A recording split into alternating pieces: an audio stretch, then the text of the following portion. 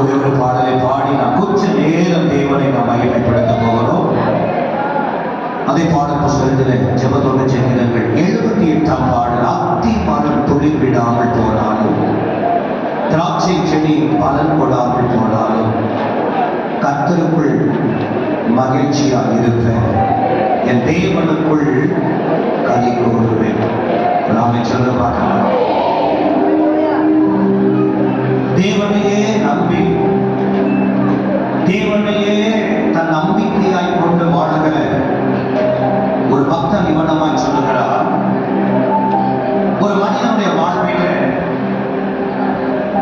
சகல வசதி வாய்ப்புகள் நிறைந்திருக்க வேண்டும். ஒரு தொழில் செய்தால் தொழிலில் ஒரு முன்னேற்றம் இருக்கணும். ஒரு விவசாயம் செய்தால் அதுல நல்ல ஒரு பலன் இருக்கணும்.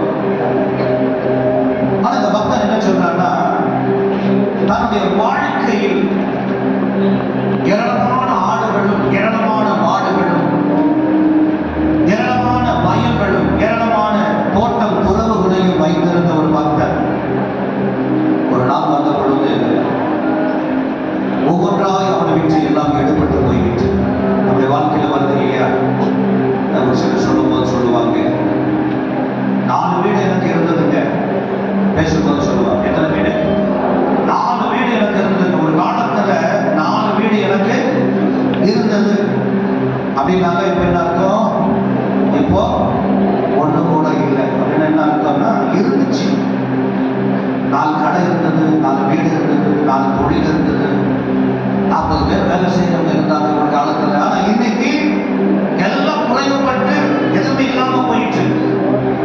இது போன்ற நேரம் வரும் பொழுது உலக மனிதன், தெய்வ பக்தி இல்லாத மனிதன் என்ன செய்கிறான்னா, எல்லாமே போயிடுச்சு அப்படின்னு மனம் உடைந்து சோர்ந்து உடனே அவன் தற்கொலையை தேடிக் கொள்ளுகிறான், மறிக்க போகிறான். ஆனா இதே சூழல தெய்வ பக்தி உள்ளவனுடைய வாழ்க்கையில வருது. அவன் நடந்து போகிறான், தன்னுடைய தொழுவத்தை பார்க்கிறான். நூற்றுக்கணக்கான ஆடுகள் இருந்த அந்த தொழுவம் இப்பொழுது ஒன்றுமில்லாமல் பெருமையாக இருக்கிறத பார்க்கிறார். அப்படியே போகிறான், மந்தையில போகிறான்.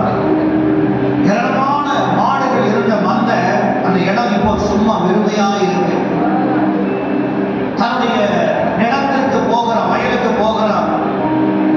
வயலெல்லாம் தானியம் விளைவிக்க முடியாம அப்படியே காய்ந்து போய் கிடக்கிறது. எல்லாம் அவன் பார்க்கிறான். அவன் சொல்றாங்க, அவங்க 3ஆம் அதிகாரம் 17ஆம் வசனத்தை இப்போ வாசிக்க கேட்கலாம். அவன் என்ன சொல்றான், வாசிக்க கேட்கலாம். என்னுடைய வாழ்க்கையில எனக்கு அனுகூலமா இருக்கிற அத்தி மரம் துளிர் விடாமல் போனாலும், திராட்சை செடியில பலன் இல்லாமல் போனாலும், ஒலிவ மரத்திலிருந்து ஏராளமான பலன் ஒரு காலத்துல வந்தது, இப்போ அந்த பலன் இல்லாமல் போனாலும், வயல்களில இருந்து என் களஞ்சியத்தை எவ்வளவோ நிரப்பின ஒரு நாள், என்னுடைய களஞ்சியங்களை இடித்து பெரிதாய் கட்டிக்கொண்டே போன ஒரு காலம். ஆனா இப்போ என் களஞ்சியம் எல்லாம் வெறுமையாய் போனாலும், கிடையில் இருக்க வேண்டிய ஆட்டு மந்தைகள் முதலற்று போனாலும், என் தொழுவத்தில் இருக்க வேண்டிய மாடுகள் ஒருவேளை இல்லாமல் இழந்து போயிருக்கிறதா இருந்து போனாலும், இதெல்லாம் பார்த்து சோர்ந்து போய் அழுது கொண்டு அப்படியே மனம் உடைந்து அப்படியே துக்கமா இருப்பேன்னு சொல்ல, இதெல்லாம் என் வாழ்க்கையில பார்த்தாலும் நான் எப்படி இருப்பேன் தெரியுமா? கர்த்தருக்குள்ள மகிழ்ச்சி